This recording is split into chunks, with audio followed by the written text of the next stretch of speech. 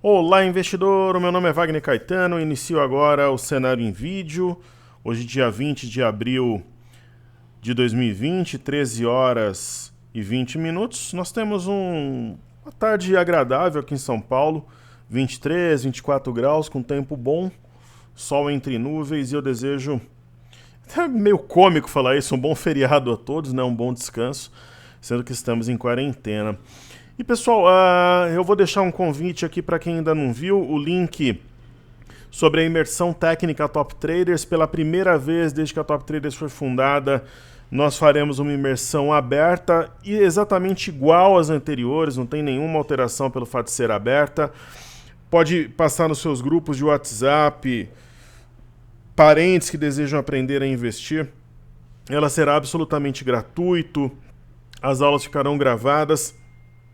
A montagem da carteira e as operações com mini contratos, elas serão nos dias 5 e 6 de maio, das 9 às 17, durante o pregão.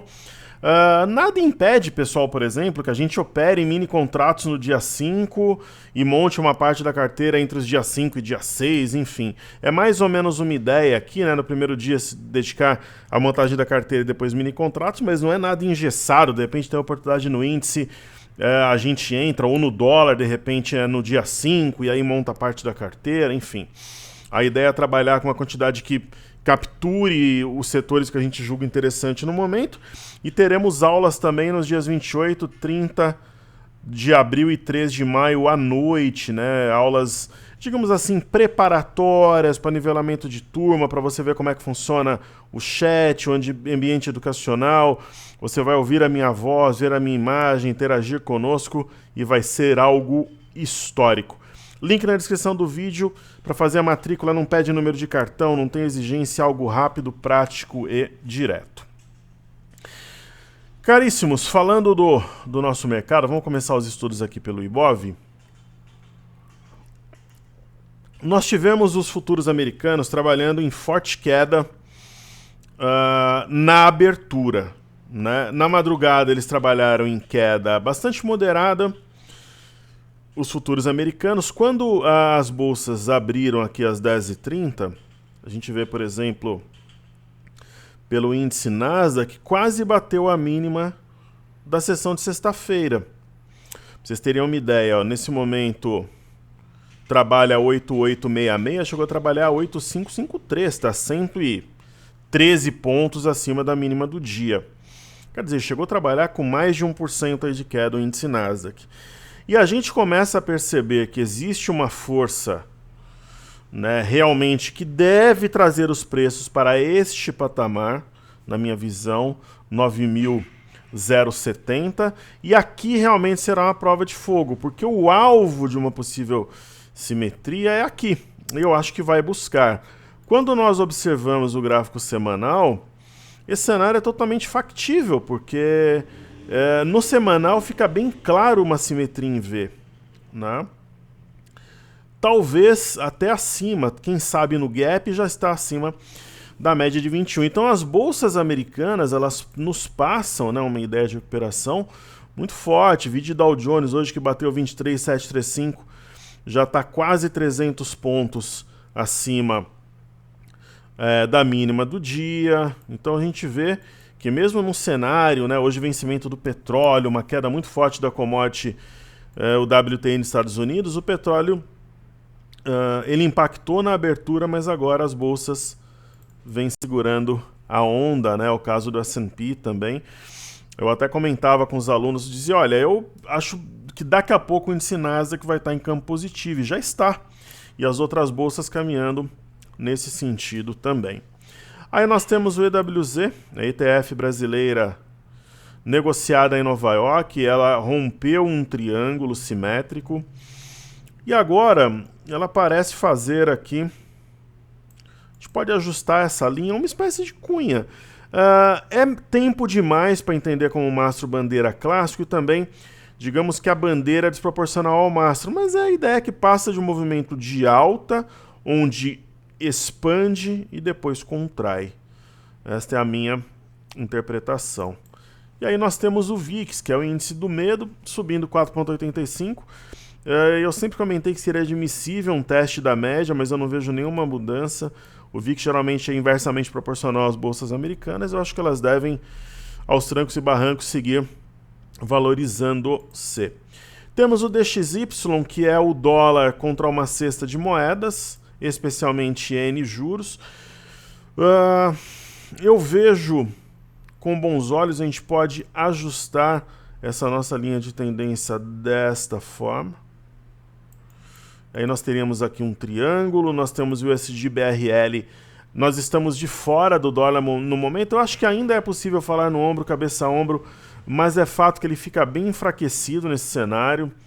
A gente vê aqui, viu o dólar à vista e agora o dólar futuro, as máximas das últimas 3 sessões sendo rompida. O dólar é um monstro realmente. A gente optou por focar numa carteira bem robusta e operação agressiva no índice e ficar fora do dólar nesse momento. A gente percebe que esse ombro, cabeça a ombro invertido Frankenstein, ele foi realmente materializado, né? Então, o dólar, as variáveis são muito infidedignas nesse momento, né? Em alguns momentos desleais. Então a gente resolveu ficar de fora e precisaria pegar um cenário macro realmente como um oco que eu comentei e aí pegar as distorções para fazer algumas operações, né? Operar o dólar de peito aberto é algo nesse momento bastante complicado, né? As variáveis impactam a moeda de forma muitas vezes irracional, né? Diferentemente do índice e das ações que eu acho que operam de uma forma bastante técnica no momento. Perfeito? Nós temos um cenário misto na Ásia e Europa. Ó, percebo a China fechou em alta de 0,5%. Né? Eu vejo a bolsa da China caminhando a 3 mil pontos, pelo menos, talvez nesse topo aqui, ó, gap, seguido por um topo. Nós temos um triângulo plenamente rompido, as médias abaixo do preço, e eu vejo aqui um ombro, cabeça a ombro invertido com a neckline rompida. Então, acho que deve seguir em alta a bolsa da China. Nós temos o índice FTSE em Londres. Existe um cenário, na minha visão, parecido. É claro, não vai ser uma alta linear, eufórica, né? Mesmo porque grandes players aí estão com sentimento vendedor, mas é uma alta sinuosa, né? Fundo, topo, fundo. Aí aqui realmente não passou, mas eu não acredito, por exemplo, que essa região segure o preço. E acima dela, se a gente for ver o gráfico puro e simples, eu projetaria algo em torno de 7 mil pontos, né? O que daria mais de 10% aí de valorização, né? Na verdade, fazendo uma conta rápida aqui, se a gente pegar o 6.860, daria 1.000 pontos, né, de valorização no índice FTSE, né? Então, mais de 15%, na verdade. E quando nós trazemos aqui o índice DAX, existe também um triângulo rompido, houve um pullback na LTA, um movimento técnico, segurou na média de 21, e rompendo essa bagunça aqui em torno de 10.800, nós temos um gap número 1, que projeta 11.500 e de repente alguma coisa perto dos 12.300 aqui em cima. E as figuras, elas projetam esse potencial de apreciação. Perfeito? Aí a gente vai para a Bolsa da França. Então assim, aqui no Brasil, por exemplo, que é um mercado emergente que está atrasado em relação, por exemplo, às bolsas americanas, né? Quando você percebe numa sessão de hoje, né, de crash no petróleo, tal, existindo uma recuperação intradiária, é um sinal, é mais ou menos o seguinte: a compra diz, eu estou aqui, né? Quer dizer, eu não vou arredar pé nesse momento, eu estou por aqui. Eu ia tentar traçar uma nova LTA, acho que alguma coisa que faria sentido no índice PK aqui na França seria algo mais ou menos assim, ó.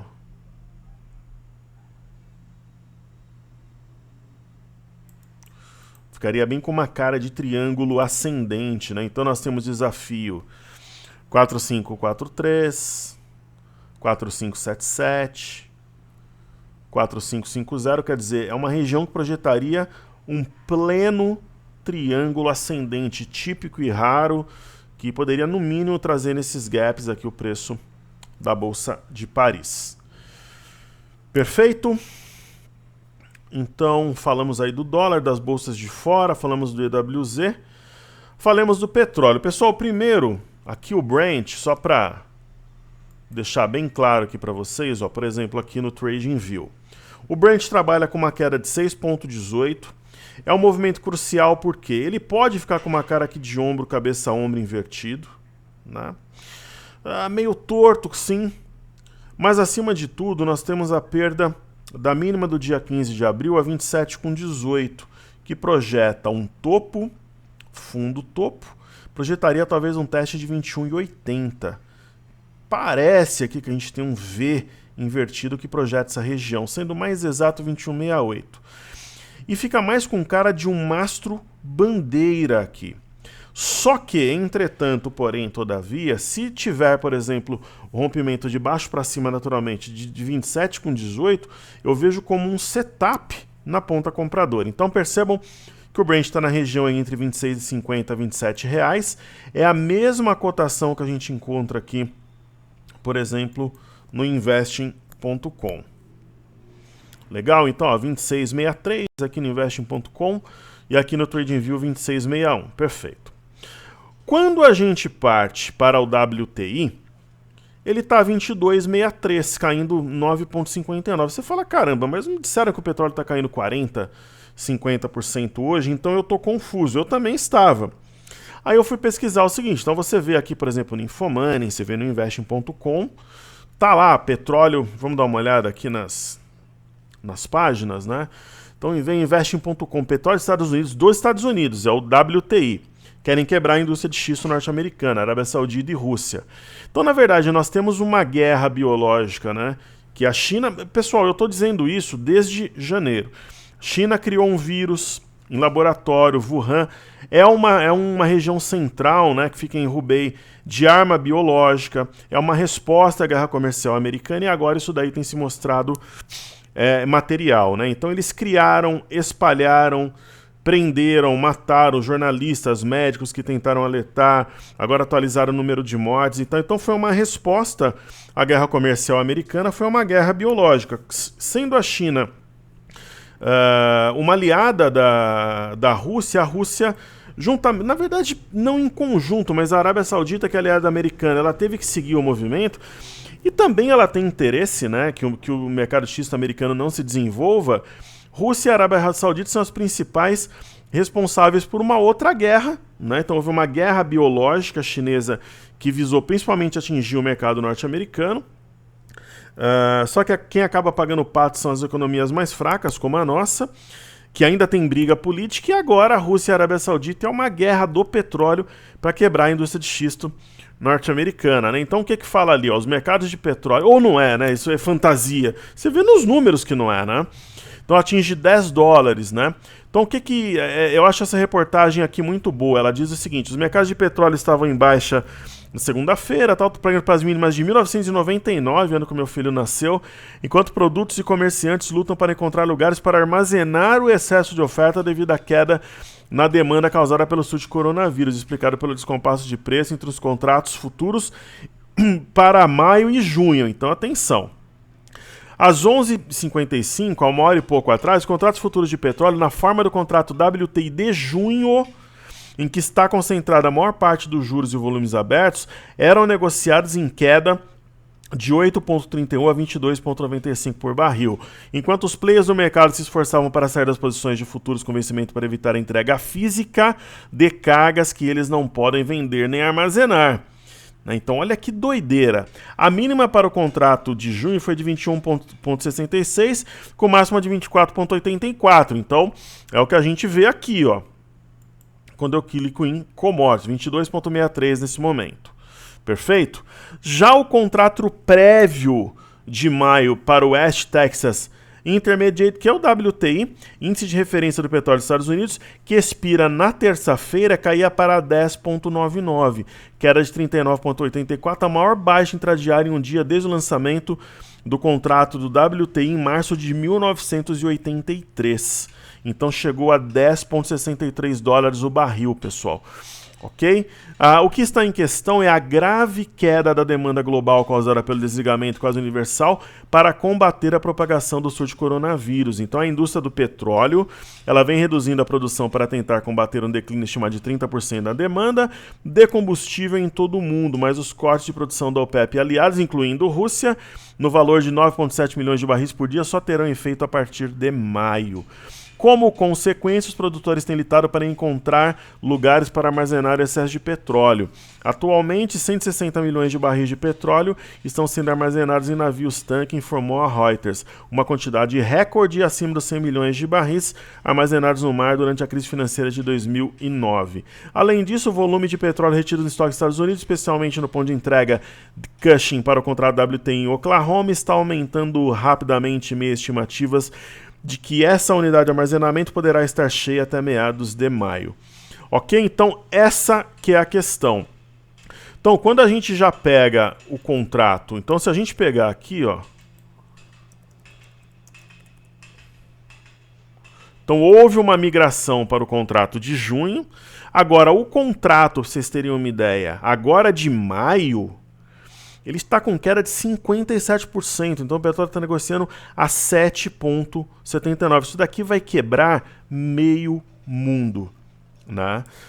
Meio mundo. Qual que é a grande diferença? Eu tenho vários alunos meus que operam o petróleo, estão vendidos, inclusive, eles não têm dificuldade para zerar, para você ver a diferença de um mercado sério. Então você consegue zerar normal sem travar, né? Diferente, por exemplo, do que aconteceu na nossa bolsa aqui em março, que você não conseguiu operar. Então, nesse momento, está caindo quase 60% o petróleo de maio. Agora, o de junho, como a gente viu, o mercado está migrando, só que o camarada que está nesse contrato, às vezes ele não tem margem para migrar para o de junho. Então, ele já quebra ou fica milionário. Então, aqui é uma transferência de riqueza.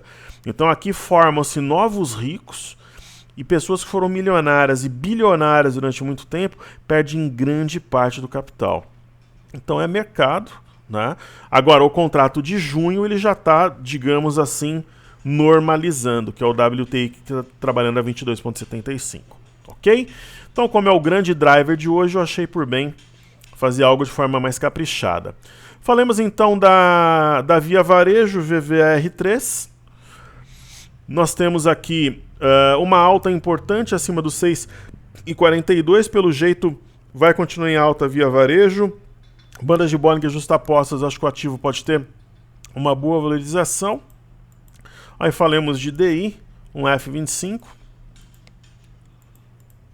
Mercado de juros. Nós temos queda, eu realmente aposto no 5.690 como alvo para essa movimentação. E aí temos o IFNC, o Índice de Setor Financeiro.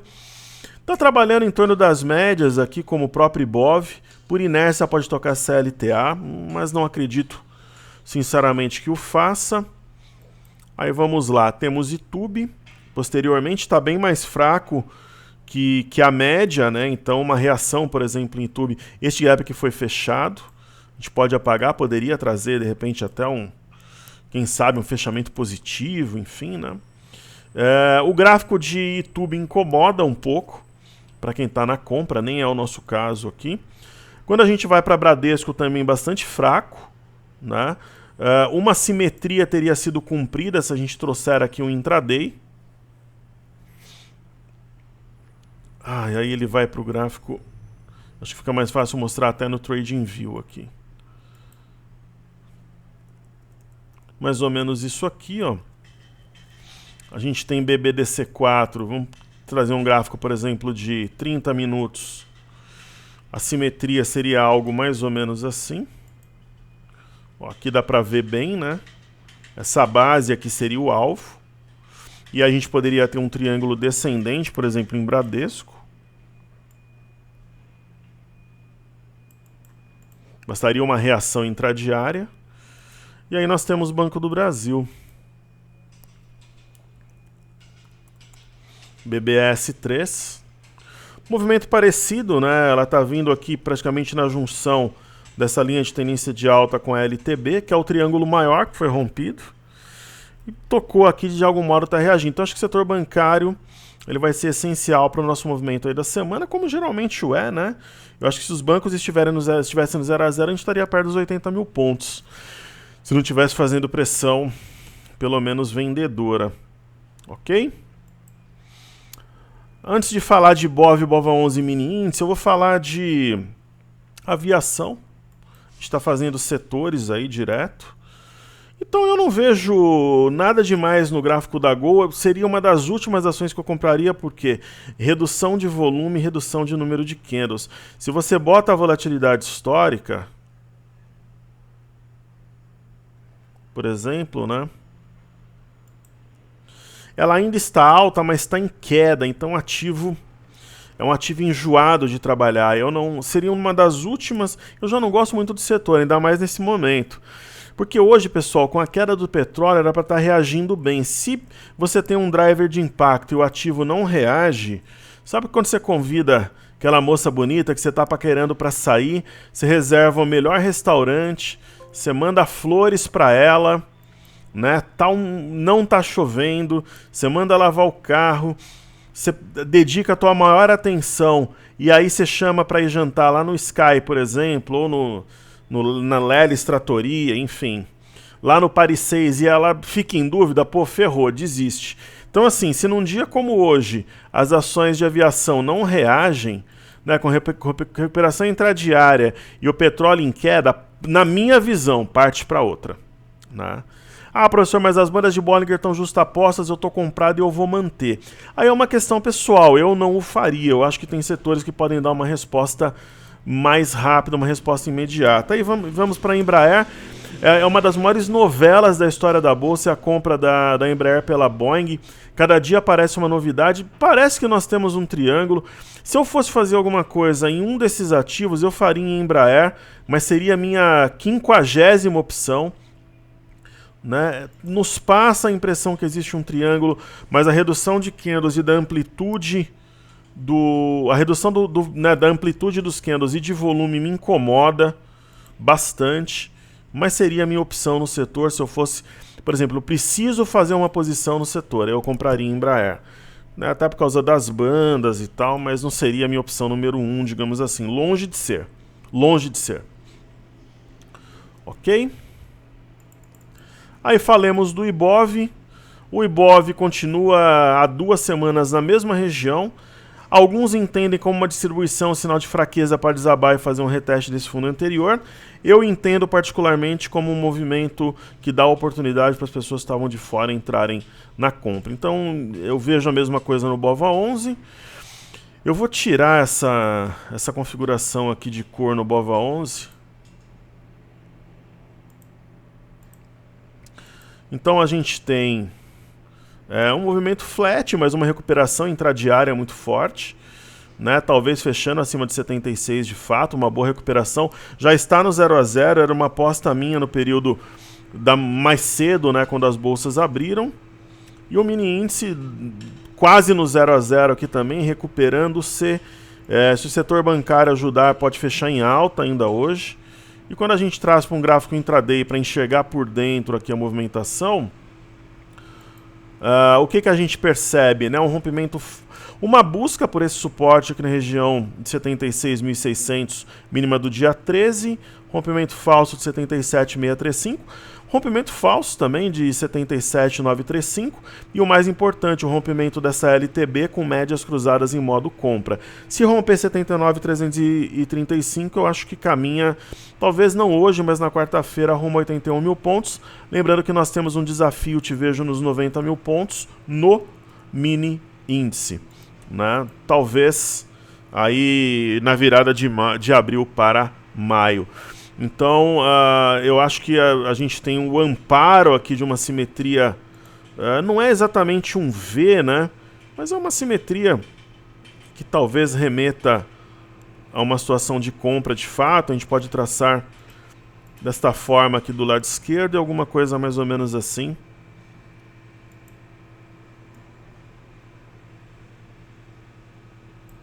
Né? E eu acho que não vai ser hoje, claro que não.